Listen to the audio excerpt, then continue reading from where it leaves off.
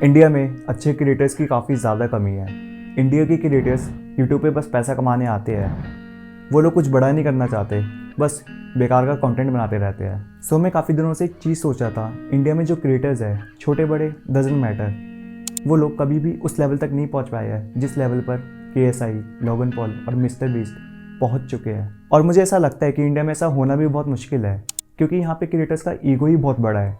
और चलो, अगर तुम्हें किसी के साथ कोलैब भी नहीं करना, तो जो बड़े क्रिएटर्स हैं वो भी कुछ ज़्यादा खास कोशिश नहीं करना चाहते। एंड बड़े क्रिएटर्स में सिर्फ वो नहीं आते जिनके सब्सक्राइबर ज़्यादा है, उनमें वो भी आते हैं जिनके पास वो पैसा है उस चीज़ को स्टार्ट करने के लिए। और सिर्फ एक आइडिया ही काफ़ी है कुछ बहुत ही ज़्यादा बड़ा या कुछ अमेजिंग करने के लिए। और मे बी अब तुम सोचो कि हर एक आइडिया को एग्जीक्यूट करने के लिए काफ़ी सारा पैसा लगेगा। नहीं यार, क्रिएटर्स कंटेंट को बनाने में भी कुछ ज़्यादा खास मेहनत नहीं करना चाहते, खास के फीमेल क्रिएटर्स। मुझे पर्सनली काफ़ी ज़्यादा इरिटेशन होती है जब एक फीमेल क्रिएटर जिनको पता है कि वो सुंदर है, वो ज़्यादा मेहनत नहीं करती या फिर करना नहीं चाहती, क्योंकि लोग तुम्हारी वीडियोस वैसे भी तो देख ही रहे हैं। और जब ऑडियंस ही वैसी बना रखी है तो उनमें ही खेल लेते हैं। मेहनत ही क्यों करनी है। अब तुम लोग कहोगे कि मैं कौन होता हूँ बोलने वाला। ऑब्वियसली मैं कुछ नहीं हूँ उनके सामने, मेरे पास इतनी ऑडियंस या फिर कुछ भी नहीं है, मैं इनका कुछ भी नहीं बिगाड़ सकता। तो कमेंट्स में हम सब लोग देखते हैं कि we want old BBS, we want old Rachit, we want old GamerFleet, या किसी भी क्रिएटर्स के लिए ये चीज़ हमें दिखती रहती है। तो मैं गेमर फ्लीट को लेता हूँ जस्ट टू एक्सप्लेन। पर्सनली मैंने गेमर फ्लीट को काफ़ी टाइम तक देखा है, बट अब मैं उन्हें नहीं देखता। क्यों? इसलिए बिकॉज आपका कंटेंट देखते देखते मैं तो बड़ा हो गया, बट आपका कंटेंट वही बच्चों के लिए रह गया। और ये सच्चाई है, बिकॉज आपको रिस्क तो लेना नहीं है, और आपकी ऑडियंस जो कि मोस्टली बच्चों वाली है वो तो आपका कंटेंट देख ही रही है, और टाइम के साथ और ऑडियंस आती जा रही है। काफ़ी ड्रामेटाइज कर दिया है आपने अपने कंटेंट को, जो कि छोटे बच्चों के सासभाव कंटेंट के बराबर है। बच्चों को ड्रामा पसंद आ रहा है और आप वो बनाते जा रहे हो। सबको याद होगा हीरोब्राइन SMP, जो कि एक काफ़ी अच्छा मूव था काफ़ी सारे व्यूज छापने का। मतलब अब तो मुझे ऐसा ही लगता है, और मैं पागल था जो उस टाइम पे सोचा था कि अब तो कुछ बड़ा होने वाला है। और मुझे गलत मत समझना, काफ़ी मज़ा आता था वो चीज़ देख के, बट आप कुछ नई स्टोरी लाने की जगह आप वही सेम स्टोरी को खींचने लग गए, क्योंकि शायद आपको डर लगता था अगर ऑडियंस को कुछ नया दिखाया तो शायद उनको पसंद नहीं आए। और जहाँ तक मुझे याद है, हीरोब्राइन SMP को टेक्नो गेमर्स और टोटल गेमिंग ने शुरू करा था, एंड मोस्टली क्रिएटर्स जिनको आपने इन्वाइट करा था उनके सब्सक्राइबर्स आपसे कम या आपके आसपास भी नहीं थे। और मुझे तो ऐसा भी याद है कि किसी ने टिकट इंसान को तो इनवाइट भी नहीं करा, शायद किसी की ईगो सेटिस्फाई नहीं कर रही होगी, और इस चीज़ के लिए अपने गेमर फ्लीट भैया ने अपनी SMP बंद कर दी। और यहीं पर BBS, I love this person, यह बंदा ग्रो हुआ है अपने कंटेंट के साथ, जो कि उनके कंटेंट में भी दिखता है। एंड आई थिंक हम इस चीज़ पर एग्री तो कर ही सकते हैं कि BBS ने अपने साथ अपने कंटेंट को भी मैच्योर करा है। इसलिए स्टिल मैं उनका कंटेंट देखता हूँ और मुझे काफ़ी ज़्यादा मज़ा भी आता है। And the Chitru, oh my god यार, आप मेरे अकॉर्डिंग जीत गए, क्योंकि आपने एक ऐसा कंटेंट बनाया जो तो हर कोई इंडिया में नहीं करता। प्लस आपका कंटेंट मुझे काफ़ी ज़्यादा अपीलिंग लगता है, क्योंकि आपने कुछ नया करा, आप एक नई रोड पे गए। एटलीस्ट ये बंदा वही रिपीटेटिव कंटेंट से हटकर कुछ नया तो ट्राई कर रहा है। इसके अंदर इतने गट्स तो थे।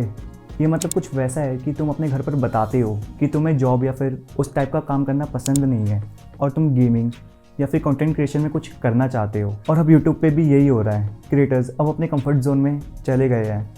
वो बस वही बना रहे हैं जो जल्दी से बन जाए, क्योंकि व्यूज़ तो आ ही रहे हैं। बट यहाँ पे रचित ने कुछ अलग हटकर तो ट्राई करा, and I am telling you, I love what he is doing. फिंग भैया का कंटेंट कितना बढ़िया है, उनकी ऑलमोस्ट हर एक वीडियो पे दिखता है कि उस वीडियो को बनाने में कितनी मेहनत लगी हुई है। और उस चैनल पे फिंग भैया बहुत ज़्यादा कमा भी नहीं रहे। जितना वो डिज़र्व करते हैं वो उससे काफ़ी ज़्यादा कम कमा रहे हैं, बट वो ये कर रहे हैं क्योंकि उनको ये करना पसंद है। और ये चीज़ करके वो अपने आप को बाकी सब क्रिएटर्स से अलग कर रहे हैं। उनका कंटेंट यूनिक है, ऊपर से इनका इट्स फिंगू चैनल बस बैठकर देखने में मज़ा आता है। आई डोंट नो, शायद काफ़ी टाइम से देख रहा हूँ इसलिए, तो मे बी बस देखने में मज़ा आता है। अच्छा, अब चलो दूसरी चीज़ पर आते हैं, जिसकी मैंने थोड़ी सी बात शुरू में भी करी थी कि क्रिएटर्स के पास पैसा भी है और ऑडियंस भी, कुछ भी बड़ा करने के लिए। तो मैं टेक बंडा का एग्जांपल लेता हूँ। उनके पास इतनी ऑडियंस थी और उनके पास इतना पैसा था कि वो कुछ बड़ा कर पाए, कुछ अलग कर पाए। और उनके पास एक आइडिया था एक कंपनी स्टार्ट करने का, एक ड्रीम था कि उनको बस कंटेंट बनाते नहीं रहना, कुछ अलग करना है, अपनी लेगेसी क्रिएट करनी है। कि हाँ, लोग भी बोले कि एक बंदा था, वो साला आया, और क्या करके चला गया। उनकी एक लाइन थी जो मैं कभी भी नहीं भूल पाऊंगा। ये ब्रांडिंग अच्छी है यार कि मतलब कोई बंदा पिएगा तो ऐसे पिया, और कोई मतलब ऐसे वर्टिकल डालते नहीं। क्रिएटर ऐसा ब्रांड नहीं है जो इंटरनेशनल एकदम लेके जा रहा हो भाई। एक तो ब्रांड तो बनाना पड़ेगा यार, इनको भाई ऐसे छोड़ नहीं सकते भाई। ये पहाड़ी वहाड़ी एरिया है, कोई यहाँ पे भी बोतल मिल रही है, कुछ तो तगड़ा कराई। मैं चाहता हूँ कि भाई इंडिया नेक्स्ट के 2-3 साल में ना हम एक इंटरनेशनल स्टेज पे कम्पीट कर रहे हो। अभी हम फॉलो कर रहे हैं टू सम एक्सटेंट, और चाहे कुछ भी बोल लें हम, बट हाँ भाई मतलब व्यूज़ हमारे थोड़े ज़्यादा आते होंगे या कुछ भी है, बट अभी है नहीं, मतलब हम कम्पीट नहीं कर रहे हम। इंडिया में कोई क्रिएटर नहीं है जिसने आके कुछ बिल्ड करा हो। सब आते हैं, कंटेंट बनाते हैं और चले जाते हैं, बट किसी के अंदर इतना दम नहीं है जो कुछ उगाने आए। बिकॉज उगाने में तो टाइम लगता है ना। हम मिस्टर बीस्ट को बोलते हैं कि उन्होंने फेस्टिवल्स शुरू करा, KSI और लोगन पॉल ने प्राइम शुरू करी। कंपनियों की जान निकल जाती है अपने प्रोडक्ट को ऑडियंस तक पहुंचाने में, लेकिन जब तुम्हारे पास इतनी ऑडियंस हो ना जो तुम पे भरोसा करती है एंड स्टिल तुम उनको वही पुराना घिसा पिटा कंटेंट देते हो, तुम कुछ वैल्यू ऐड नहीं कर रहे, बस आके चले जाते हो। कोई याद नहीं रखता, कुछ महीनों बाद भूल जाते हैं लोग, बट जब कोई अपनी लेगेसी बना के जाता है ना तो उसको भूलना मुश्किल हो जाता है। मेहनत तो एक नॉर्मल कंटेंट को भी बनाने में लगती है, बट जब वही चीज़ बार बार रिपीट होने लग जाती है तो फिर लोग देखना बंद कर देते हैं, और फिर यही लोग कमेंट सेक्शन में वी मिस यू करते रहते हैं। अच्छा, कभी कभी क्रिएटर अपने प्रोडक्ट तो निकालते हैं बट वो अपने उस प्रोडक्ट में वो वैल्यू नहीं दे पाते। एंड अगर तुम उस क्रिएटर का प्रोडक्ट लेते हो जो क्वालिटी में इतना अच्छा नहीं है, या फिर वो चीज़ कुछ भी हो सकती है, तो फिर खरीदना बंद कर दो। बिकॉज नेगेटिव रिव्यूज़ तो मिल नहीं सकते क्योंकि चाहने वाले लोग ही इतने हैं। तो ये चीज़ तुम्हें देखनी होगी कि वो प्रोडक्ट सही में अच्छा है या नहीं, और वो तुम्हारा फ़ायदा कर रहा है या नहीं। जैसे अगर तुम थकेश भाई का कंटेंट देखो, जिसको देखने में इतना मज़ा तो नहीं आता एटलीस्ट मुझे, बट उनका जो थकेश शो था मुझे वो देखने में बहुत बहुत ज़्यादा पसंद आया। इसको ही एवोल्यूशन कहते हैं। टाइम के साथ अपने कंटेंट को बढ़िया करना होता है, ना कि बस एक नया माइक, एक नया कैमरा, एक नया सेटअप। इसको करने से कंटेंट की क्वालिटी नहीं बढ़ती। कैरी मिनाटी, उन्होंने जब से पैरोडी वीडियोस लाना शुरू करा, जब से उनका कंटेंट काफ़ी ग्रो हुआ है। एटलीस्ट कोई तो ट्राई कर रहा है। बीबी की वाइन्स की ढिंडोरा कितना बढ़िया शो था यार। और आखिर में मुझे एक और चीज़ पे बात करनी थी जिससे मैं थोड़ा एग्री नहीं करता। यूट्यूब पे पैसा कमाने मत आओ, और यूट्यूब पे तुम्हें कोई ज़्यादा बढ़िया सेटअप की ज़रूरत नहीं है। फर्स्ट इसके ऊपर ही बात कर लेते हैं। सेटअप अगर ज़्यादा अच्छा नहीं होगा तो ऑडियंस तुम्हारी वीडियोस नहीं देखेंगी। अब या तो तुम कुछ अलग हट के ट्राई कर रहे हो तो मे बी वो वर्क कर जाए, बट नहीं। अगर तुम्हें यूट्यूब स्टार्ट करना है तो you need a decent setup. आज के टाइम पे सिर्फ फ़ोन से रिकॉर्ड और एडिट करने से काम नहीं चलेगा। मतलब अगर मैं अपनी वीडियोस फ़ोन से एडिट करने लग गया तो मैं अपनी वीडियोस एडिट ही करता रह जाऊंगा। और एक और चीज़, लोगों को यूट्यूब तो करना होता है बट क्या करें उनको पता नहीं होता।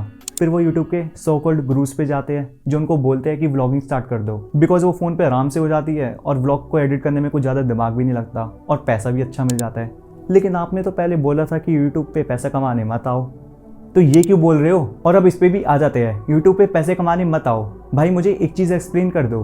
तुम बचपन से पढ़ाई करते हो ताकि एक अच्छी स्ट्रीम मिल जाए, फिर एक अच्छा कॉलेज, अच्छी मार्क्स एंड देन एक अच्छी जॉब, और फिर एंड में अच्छी अमाउंट अर्न कर लो। भाई एंड गोल क्या है? पैसे कमाना। तो ये चीज़ कहने में इतनी शर्म क्यों आ रही है? You are working hard to earn well, to earn money. अच्छा अर्न करोगे जब भी तो एक अच्छी लाइफ अर्न कर पाओगे। तो अगर तुम यूट्यूब पे आते हो कि भाई देखो मुझे तो पैसे कमाने से मतलब नहीं है, मुझे तो बस कंटेंट बनाना है। भाई अगर तो यूट्यूब पे 7 साल से कंटेंट बनाता जा रहा है विदाउट अर्निंग वेल, तो तुम उस चीज़ को कंटिन्यू नहीं कर सकते। या तो तुम्हें कुछ अलग हटकर सोचना होगा, या फिर तुम्हें उसी कंटेंट को कुछ नए तरीके से दिखाना पड़ेगा। तो या तो तू पागल है या फिर बस इस चीज़ को पब्लिकली एक्सेप्ट नहीं करना चाहता कि money plays a important role. Because अगर ये पैसों के लिए नहीं होता ना तो आज क्रिएटर्स यूट्यूब पे वीडियो नहीं बना रहे होते। अगर तुम्हारे पास रीच है 10 लाख लोगों की और तुमको नहीं पता और तुम 20-25 करोड़ नहीं कमा रहे हो प्रोडक्ट बेच के, तो तुम नहीं आता तुम्हें भाई। इस चैनल को सब्सक्राइब और वीडियो को लाइक करना मत भूलना, और अपनी ओपिनियंस कमेंट में जरूर शेयर करना। So this is tex tech signing of.